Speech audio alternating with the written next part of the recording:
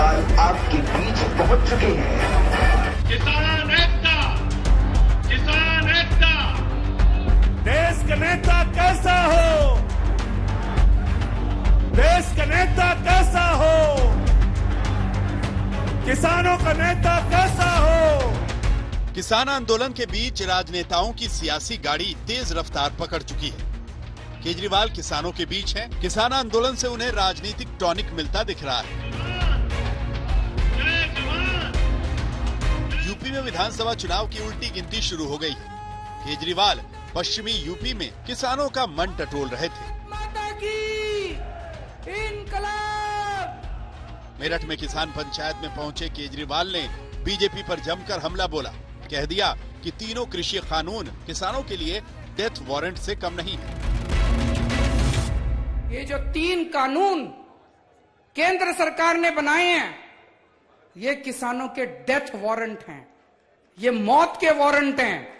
ये तीनों कानून लागू होने के बाद किसानों की जो बची खुची खेती है, वो केंद्र सरकार उठा के अपने 3-4 बड़े बड़े पूंजीपति साथियों के हाथों में सौंपना चाहती है। अरविंद केजरीवाल अब एक मंझे हुए सियासी खिलाड़ी बन चुके हैं। किसानों के जख्मों पर मरहम तो लगाया ही, बीजेपी पर भी जमकर सियासी बाढ़ चलाए। कहा बीजेपी ने तो अंग्रेजों को भी पीछे छोड़ दिया। किसानों पर लाठियां बरसाई, कीले ठोकी। आरोप लगाए कि ट्रैक्टर रैली के दौरान दिल्ली में किसानों को सरकार ने फंसाया। लाल किले पर झंडा लहराने वाला कोई और नहीं, बीजेपी का ही आदमी था। पानी की बौछारें बरसाई जा रही हैं, वाटर कैनन छोड़े जा रहे हैं, लाठियां बरसाई जा रही हैं, कीलें ठोकी जा रही हैं। उठा के देख लो इतिहास के अंदर जब अंग्रेज आते थे अपना वसूल करने के लिए अपना लगान, ऐसे इतने अत्याचार तो उन्होंने अंग्रेजों ने नहीं करे थे। कीले ठोकने का काम तो अंग्रेजों ने नहीं करा था, तुमने तो अंग्रेजों को भी पीछे छोड़ दिया। सबने मेरे को आके कहा जी, उस दिन उन्होंने जानबूझ के रास्ता दे रहे थे। बोले हमको तो दिल्ली का रास्ता नहीं आता था।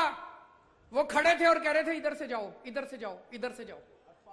जानबूझ के उधर भेज रहे थे, और जिन्होंने झंडे फहराए वो इनके अपने कार्यकर्ता थे। सिर्फ केजरीवाल ही नहीं, किसानों के साथ हर पार्टी खुद को उनका हमदर्द बनकर खड़ा होना चाहती। कभी रामधारी सिंह दिनकर जी ने कहा था, कृष्ण की चेतावनी के माध्यम से, कि जब नाश मनुज पर छाता है, पहले विवेक मर जाता है। इस सरकार का विवेक मर चुका है। यूपी में कांग्रेस की जमीन तैयार करने के मिशन में जुटी प्रियंका गांधी ताबड़तोड़ किसान पंचायतों में हिस्सा ले रही। 23 फरवरी को मथुरा में किसान पंचायत, 20 फरवरी को मुजफ्फरनगर के बघरा में किसान पंचायत, 15 फरवरी को बिजनौर में किसान पंचायत, 11 फरवरी को सहारनपुर में किसान पंचायत में शामिल होकर सरकार पर हमले किए। कांग्रेस किसानों के गुस्से में बड़ा सियासी फायदा देख रही है।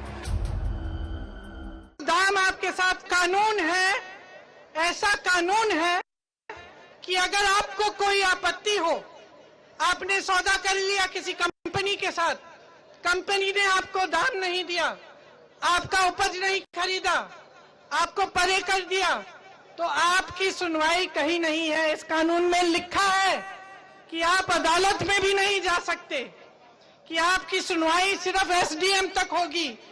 आप मुझे बताइए।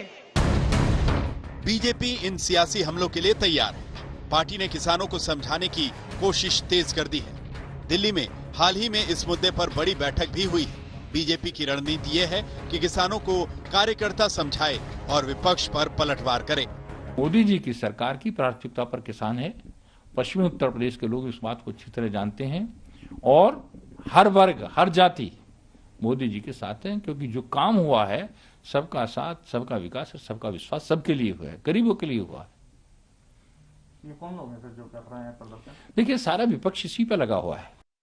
इन सियासी गोलबंदी और राजनीतिक दलों की महापंचायत पर राकेश टिकैत ने चुटकी ली। कहा, किसानों को अब कौन नजरअंदाज कर सकता है। अरे हमारा क्या मतलब भाई, इनसे पॉलिटिकल वालों से किसान के नाम पे अरे करूँ जो, तो किसान का तो नाम सबको लेना पड़ेगा भैया। राकेश टिकैत ने साफ कर दिया कि 1 मार्च से 22 मार्च के बीच 14 किसान पंचायत देश भर में होंगी।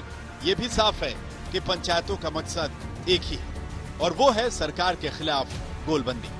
आज तक ब्यूरो।